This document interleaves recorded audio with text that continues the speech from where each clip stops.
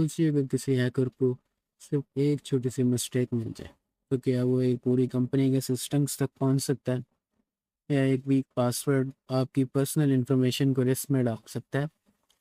ये सिर्फ cyber security की दुनिया का हिस्सा है। आज हम साइबर सिक्योरिटी के कुछ इंपॉर्टेंट टर्म्स को बहुत ही सिंपल लैंग्वेज के अंदर समझने वाले हैं। साइबर सिक्योरिटी सिर्फ हैकिंग तक लिमिटेड नहीं है, इसमें कुछ बेसिक टर्म्स होती हैं जो हर बिगनर के लिए समझना ज़रूरी है। आज हम इन इम्पोर्टेंट टर्म्स को रियल लाइफ एग्जांपल्स के साथ समझेंगे ताकि आप उनका प्रैक्टिकल यूज़ भी समझ सकें। अगर आप ethical hacking, penetration testing, smoke analysis या फिर साइबर सिक्योरिटी में करियर बनाना चाहते हैं तो ये टर्म्स आपके लिए स्ट्रॉन्ग फाउंडेशन है। तो चलिए शुरू करते हैं। सबसे पहले हमारे पास आती है व्हाट इज़ साइबर सिक्योरिटी, कि साइबर सिक्योरिटी होती क्या है। साइबर सिक्योरिटी का मतलब है कंप्यूटर्स, मोबाइल फ़ोन्स, नेटवर्क्स और डाटा को हैकर जो साइबर अटैक से प्रोटेक्ट कर। जिस तरह हम अपने घर की सिक्योरिटी के लिए लॉक्स और सीसीटीवी कैमरास लगाते हैं, बिल्कुल इसी तरह साइबर सिक्योरिटी डिजिटल सिस्टम्स को सिक्योर रखती है। आजकल बैंकिंग, शॉपिंग, एजुकेशन और ऑफिस सब इंटरनेट पर है, इसलिए साइबर सिक्योरिटी की इम्पोर्टेंस दिन ब दिन बढ़ती जा रही है। नेक्स्ट जो हमारे पास फर्स्ट टर्म हमारी है वो है फिशिंग। अब फिशिंग सबसे कॉमन साइबर अटैक है। इसमें अटैकर एक फेक ईमेल या मैसेज भेजता है अपने टारगेट को, जो किसी ट्रस्टेड कंपनी या किसी बैंक की तरह लगता है। अगर आप उस फेक वेबसाइट पर अपना पासवर्ड एंटर कर देते हैं तो अटैकर आपकी लॉगिन इन्फॉर्मेशन चुरा लेता है। इसलिए हमेशा ईमेल का सेंडर और वेबसाइट का यूआरएल हमेशा चेक करना चाहिए। बल्कि अब तो इसकी काफ़ी एडवांस टेक्निक्स आ चुकी हैं फिशिंग की, जिसमें क्योंकि अब मल्टी फैक्टर ऑथेंटिकेशन का यूज़ होता है, तो उसके अंदर अटैकर क्या करता है कि वो अपने पास एक सिस्टम चलाता है और आपके पास जो लिंक भेजता है, जैसे ही आप ओटीपी एंटर करते हैं उसकी फेक वेबसाइट में, वो उससे पहले यानी कि उसने ऐसा ऑटोमेटिक सिस्टम बनाया होता है कि वो जैसे ही आप करते हैं तो वो रियल साइट में लगकर आपका अकाउंट लॉगिन कर देगा। इसलिए ईमेल का सेंडर और वेबसाइट को तो लाजमी यूआरएल चेक करना चाहिए आप। नेक्स्ट जो हमारे पास टर्म आती है social engineering. Basically social engineering का मतलब कंप्यूटर को हैक करना नहीं होता, ये बल्कि इंसान को मैनिपुलेट करना होता। अटैकर ट्रस्ट गेन करता है और आपसे कॉन्फिडेंशियल इंफॉर्मेशन ले लेता है। आपका ट्रस्ट अगर गेन कर ले और आपसे कुछ निकलवा ले या आपका दिमाग मैनिपुलेट करते हैं तो आपसे कुछ भी निकलवा सकता है। एग्जाम्पल भी ये के तौर पर अगर आपको फ़ोन आता और आगे से आप बंदा कहता है कि यार मैं बैंक से बोल रहा हूँ, मैंने आपके मोबाइल फ़ोन पे एक वेरिफिकेशन कोड सेंड किया है, मुझे वो कोड तो बताएं। अगर आप उसको कोड शेयर कर देते हैं तो टाइगर आपके अकाउंट एक्सेस कर सकता है। ठीक है। नेक्स्ट हमारे पास जो टर्म आती है वो है मालवेयर। अच्छा, मालवेयर का मतलब है मलिशियस सॉफ्टवेयर। ठीक है। ये ऐसा सॉफ्टवेयर होता है जो कंप्यूटर को डैमेज करता है या इंफॉर्मेशन स्टील करके अटैकर जो आपके यहाँ होता है उसको भेजता है। मालवेयर की डिफरेंट टाइप्स हैं, जिनमें से चंद फेमस हैं वायरस, बॉम्ब, ट्रोजन है, स्पाईवेयर है और रैंसमवेयर। ठीक है। इन सब का जो पर्पस होता है वो सिस्टम को कॉम्प्रोमाइज़ करना ही होता है। और मालवेयर कैसे आ सकता है आपके पास? आप क्रैक सॉफ्टवेयर डाउनलोड्स करते हैं उसकी तरफ से आ सकता है। फिशिंग ईमेल्स जैसे आते हैं उसके, अगर वो आपको कहे यार सॉफ्टवेयर डाउनलोड करें तो उसके अंदर भी आ सकता है। Different types. ठीक है। तो इससे बच के रहना चाहिए। और उसके बाद हमारे पास नेक्स्ट टर्म है रैंसमवेयर। रैंसमवेयर मालवेयर की एक डेंजरस टाइप होती है। ठीक है। जैसे हमने ऊपर डिस्कस किया है मालवेयर को, उसी की एक टाइप है रैंसमवेयर। ये आपकी फाइल्स को ना इनक्रिप्ट कर देता है और फिर पैसे डिमांड करता है आपसे। फॉर एग्जांपल, अगर आप अपना लैपटॉप खोलें और मैसेज आए कि अपनी फाइल्स वापस लेने के लिए पेमेंट करें, फिर आपको कैसा लगेगा? इसी को रैंसमवेयर अटैक बोला जाता है। ठीक है। एक नेक्स्ट हमारे पास है फायरवॉल। फायरवॉल तो हमने बहुत जगह सुना भी है आजकल। ठीक है। तो फायरवॉल क्या है कि समझें कि आपका सिक्योरिटी गार्ड है, आपके नेटवर्क के अंदर आने और बाहर जाने वाली ट्रैफिक को ना मॉनिटर करता है। अगर कोई सस्पिशियस कनेक्शन आए तो फायरवॉल उसे ब्लॉक कर देता है। ये सिस्टम की फर्स्ट लाइन ऑफ डिफेंस होती है कि यानी कि आप इसको समझ लें एग्जाम्पल के तौर पे, यहाँ पे भी जो हमने लिखा कि just like a security guard की तरह हमारे पास एक फायरवॉल काम करती है। वो हर आने वाले बंदे को चेक करती है और जाने वाले वो बंदे को, जैसे एक सिक्योरिटी गार्ड चेक करता है, इसी तरह फायरवॉल आने वाली ट्रैफिक को और जाने वाली सब ट्रैफिक को मॉनिटर कर रही होती है। ठीक है। इसके बाद हमारे पास नेक्स्ट जो टर्म आ जाती है वो है वीपीएन। वीपीएन का full form virtual private network होता है। ठीक है। वीपीएन इंटरनेट पर एक सिक्योर और इनक्रिप्टेड टनल बना देता है। ठीक है। बेसिकली वीपीएन इनक्रिप्टेड टनल से मतलब हमारा ये कि हमारा जो डाटा है इनक्रिप्टेड फॉर्म के अंदर ट्रैवल कर सकता है। ठीक है, और सिक्योरली कर सकता है। अगर आप पब्लिक वाईफाई वगैरह यूज़ करते हैं तो वीपीएन आपका डाटा हैकर से प्रोटेक्ट करता है और प्राइवेसी भी इम्प्रूव कर देता है। लेकिन फिर भी वीपीएन को भी क्रैक करने के बहुत ज़्यादा मेथड्स हमारे पास मौजूद हैं कि वीपीएन से कैसे आप डाटा निकलवा सकते हैं। ठीक है। नेक्स्ट हमारे पास है इनक्रिप्शन। इनक्रिप्शन का मतलब है कि डाटा को अनरीडेबल फॉर्म के अंदर कन्वर्ट कर दे। हमारे पास डाटा है तो अगर हम अनरीडेबल फॉर्म के अंदर कन्वर्ट कर देते हैं, जैसे हमने पर वर्ड यूज़ किया था इनक्रिप्ट करना। इनक्रिप्ट का मतलब होता है कि आपके पास डाटा है, आपने उसको एक ऐसी फॉर्म के अंदर कन्वर्ट कर दिया है कि कोई उसको रीड नहीं कर सकता जब तक आप उसको डिक्रिप्ट नहीं करें। अब हमारे पास एक कीज़ का यूज़ होता है इनक्रिप्ट करते हुए और डिक्रिप्शन के लिए। ठीक है। जैसे यहाँ पे मेंशन भी है इनक्रिप्शन की और डिक्रिप्शन की। बेसिकली जो हमारे पास ये कीज़ होती हैं बिल्कुल सेम कीज़ होती हैं। इनक्रिप्ट करते हुए जो की यूज़ हो रही है वही डिक्रिप्ट करते हुए की यूज़ होती है। जैसे फर्ज करें एक ताला है तो उसे अपनी एक चाबी से खुलेगा, इसी तरह ये जो हमारे पास सीक्रेट डाटा होता है हमारा जो हम इनक्रिप्ट करते हैं ये भी उसी चाबी से खुलेगा, उसी की से खुलता है। ठीक है। नेक्स्ट हमारे पास है मल्टी फैक्टर ऑथेंटिकेशन। ठीक है। मल्टी फैक्टर ऑथेंटिकेशन है बहुत इंपॉर्टेंट चीज़ है। ठीक है। इसमें सिर्फ पासवर्ड नहीं बल्कि एक एक्स्ट्रा वेरिफिकेशन भी होती है। जैसे मोबाइल पर ओटीपी या फिर ऑथेंटिकेटेड ऐप्स का भी यूज़ होता है या फिंगरप्रिंट का बायोमेट्रिक का यूज़ हो जाता है। ठीक है। इससे अकाउंट की सिक्योरिटी बहुत ज़्यादा स्ट्रॉन्ग हो जाती है। ठीक है। लेकिन फिर वही बात है कि हर चीज़ के अंदर फ्लॉज होते हैं तो उसको भी क्रैक किया जा सकता है। नेक्स्ट हमारे पास है सीक्वल इंजेक्शन। सीक्वल इंजेक्शन एक हमारे पास वेब अटैक होता है। ठीक है। इसमें जो अटैकर होता है वो वेबसाइट के इनपुट फील्ड के थ्रू डेटाबेस को मैनिपुलेट करने की कोशिश करता है। ठीक है। और सेंसिटिव इंफॉर्मेशन हासिल करने की कोशिश करता है। वो इसी के लिए हमारे पास डेटाबेस की वो एक्सेस हम सीक्वल इंजेक्शन के ज़रिए ले सकते हैं। ठीक है। इसके अंदर हम ये कहते हैं कि हमारे पास कुछ क्वेरीज होती हैं जो हम लोग की इनपुट फील्ड के अंदर रन करते हैं जो फिर हमारे डेटाबेस को इन्फेक्ट कर देती हैं। ठीक है। वो मलिशियस कमांड्स होती हैं वो हमारे डेटाबेस को हार्म करती है और एग्जीक्यूट हो जाती है हमारे लॉगिन या किसी भी इनपुट फील्ड से जो हमारी पब्लिक वेबसाइट से है। उसके अंदर हम सीक्वल इंजेक्शन के लिए कुछ ऐसी हार्मफुल कमांड्स डाल सकता है एक अटैकर जो हमारे डेटाबेस पे एक्चुअली में क्वेरी रन हो जाती है वो, और फिर जिस तरह की वो कमांड डालता है जो क्वेरी डालता है वो उसकी आउटपुट फिर उसको पब्लिक साइट पे दिखने लग जाती है। ठीक है। ये भी एक कॉमन वेब के अंदर आ जाता है अटैक्स। इसी के साथ हमारे पास है XSS क्रॉस साइट स्क्रिप्टिंग। ठीक है। ये भी एक वेब अटैक है। इसमें जो अटैकर होता है ना वो मलिशियस जावास्क्रिप्ट वेबसाइट्स में ना इंजेक्ट करता है। ठीक है।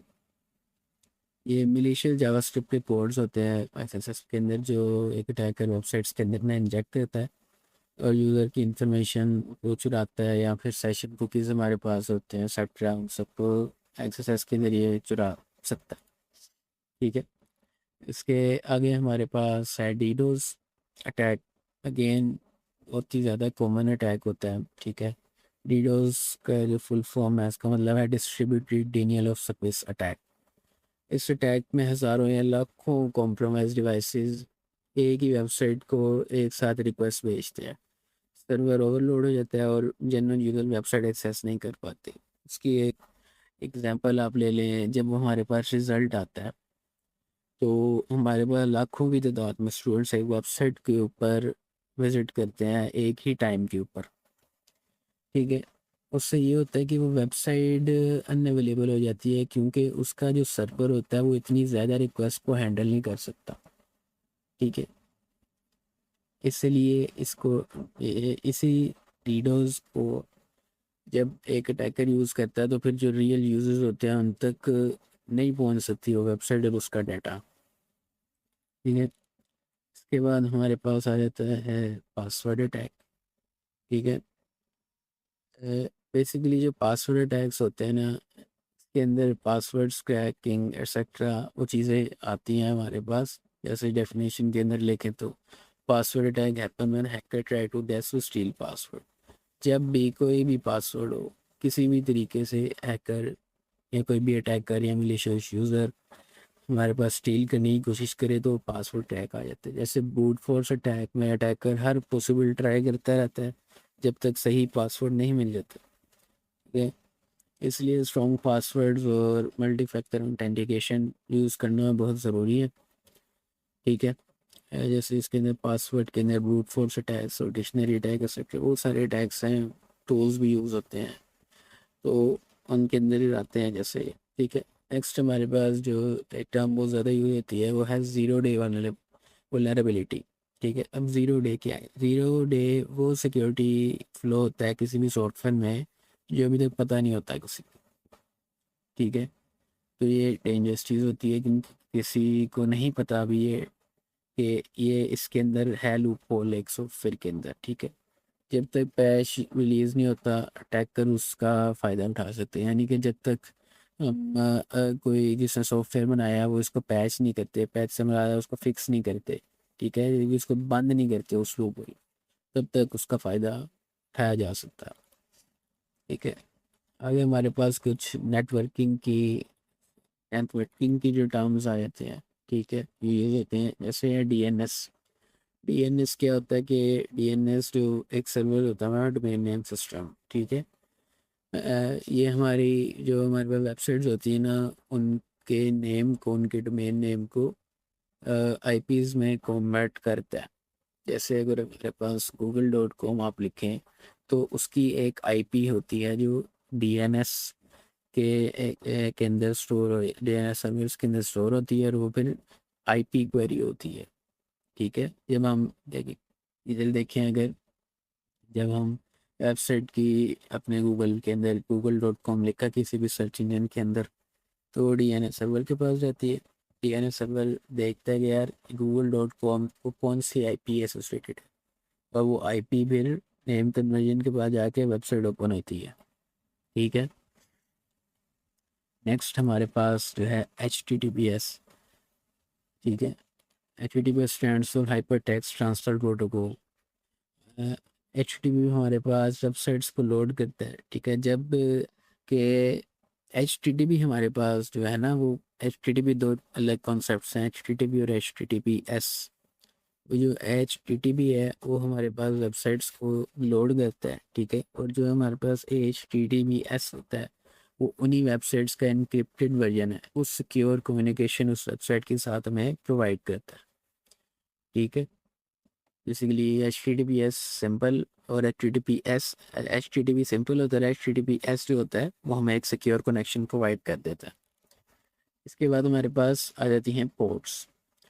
पोर्ट्स क्या होती हैं? सिंपल सिंपल चीज़ है। पोर्ट्स हमारे पास किसी भी सिस्टम से बात करने के दरवाजे होते हैं, बस जैसे किसी भी सिस्टम से बात करनी है उसके कोई दरवाजे होते हैं। ठीक है, पोर्ट्स जैसे डेफिनेशन के अंदर अगर देखें कम्युनिकेशन चैनल है जो कंप्यूटर सेंड और रिसीव करता है।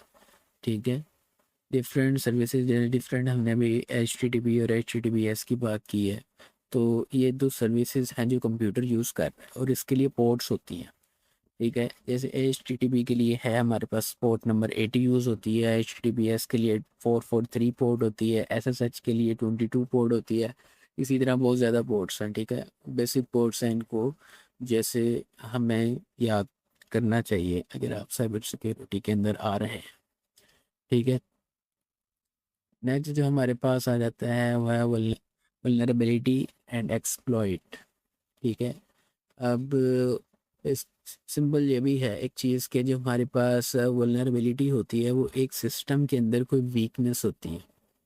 किसी भी सिस्टम है उसके अंदर कोई वीकनेस होगी, ठीक है, जो कि कोई भी जो हैकर है या अटैकर है वो एक्सप्लॉइट कर सकता है। ठीक है, एक्सप्लॉइट का क्या मतलब है? एक्सप्लॉइट एक मेथड होता है, ठीक है, जिसके ज़रिए हम उस वीकनेस का फ़ायदा उठाया जा सकता है। ठीक है, उस वीकनेस मतलब उस वल्नरेबिलिटी का फ़ायदा उठाया जा सकता है। सिंपल एग्जांपल ये है कि अगर किसी घर का दरवाज़ा खुला हो, ठीक है, तो वो वल्नरेबिलिटी है और उस दरवाजे के अंदर किसी चोर का या किसी का भी घुस जाना है, अटैकर का, वो उसको एक्सप्लॉइट करना है। ठीक है, नेक्स्ट जो हमारे पास टर्म है ओसेंट या OSINT, ओपन सोर्स इंटेलिजेंस। ठीक है, ये एक प्रॉपर डोमेन कह लें, बहुत ही वास्ट है, इसके अंदर बहुत ज़्यादा चीज़ें आ जाती हैं हमारे पास। ओसेंट का मतलब क्या होता है? ओसेंट मतलब ओपन सोर्स इंटेलिजेंस। इसमें हम लोग पब्लिकली जो हमारे पास इंफॉर्मेशन अवेलेबल होती है ना, जैसे social media, website, search engine, information collect यहाँ से की जाती है। इन सब पब्लिक डोमेन से हम लोग इंफॉर्मेशन किसी भी पर्सनल इंडिविजुअल के बारे में या कंपनी के बारे में इंफॉर्मेशन कलेक्ट करते हैं। ठीक है, तो इसको हम ओसेंट कहते हैं। इसके बाद जो हमारे पास लास्ट चीज़ आती है उसको हम digital forensics. Digital forensics cyber attack के बाद इन्वेस्टिगेशन का प्रोसेस होता है। जब अगर साइबर अटैक हो जाए, ठीक है, और फिर उस अटैक को अगर किसी कंपनी पे है तो वो उस कंपनी उस अटैक को इन्वेस्टिगेट करती होती है। ठीक है, उस जो प्रोसेस होता है उसको हम लोग डिजिटल फोरेंसिक्स कहते हैं। इसके अंदर जो एक्सपर्ट्स होते हैं हमारे पास इस फील्ड के, वो लोग देखते हैं यार अटैकर आया था, उसने सिस्टम में क्या क्या किया है। ठीक है, कंप्यूटर और नेटवर्क की एक्टिविटी सारी चेक करते हैं अपने पूरे सिस्टम की, जो उनका पूरा नेटवर्क होता है किसी भी कंपनी का। ठीक है, ताकि पता चल सके कि अटैकर ये अटैक कैसे हुआ और किसने किया, फाइंड करने की कोशिश करते हैं। लेकिन एक अच्छा अटैकर जो होता है, एक अच्छा हैकर जो होता है, हर चीज़ को पैच कर देता है, साथ साथ लॉग्स डिलीट कर देता है एंड एवरीथिंग पैच। इसलिए वो नहीं पकड़ा जाता इतनी आसानी से। एंड पे जो हमारे पास कंक्लूजन है, ठीक है, तो आज हमने साइबर सिक्योरिटी की जो सबसे इम्पोर्टेंट टर्मिनोलॉजीज़ हैं वो थोड़ा सिंपल लैंग्वेज में समझने की कोशिश की है। ये कॉन्सेप्ट जो है ये हर बिगनर के लिए बहुत इंपॉर्टेंट है और आगे चलकर ethical hacking, pen testing, network security या सोक एनालिसिस जो भी है उसको समझने के अंदर आपकी हेल्प करेगा।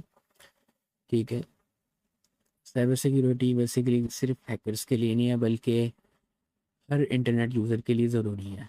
ठीक है, अगर आप इन बेसिक टर्म्स को अच्छी तरह समझ लेते हैं ना, तो आगे एथिकल हैकिंग, नेटवर्क सिक्योरिटी या फोरेंसिक्स सीखना काफ़ी आसान हो जाता है।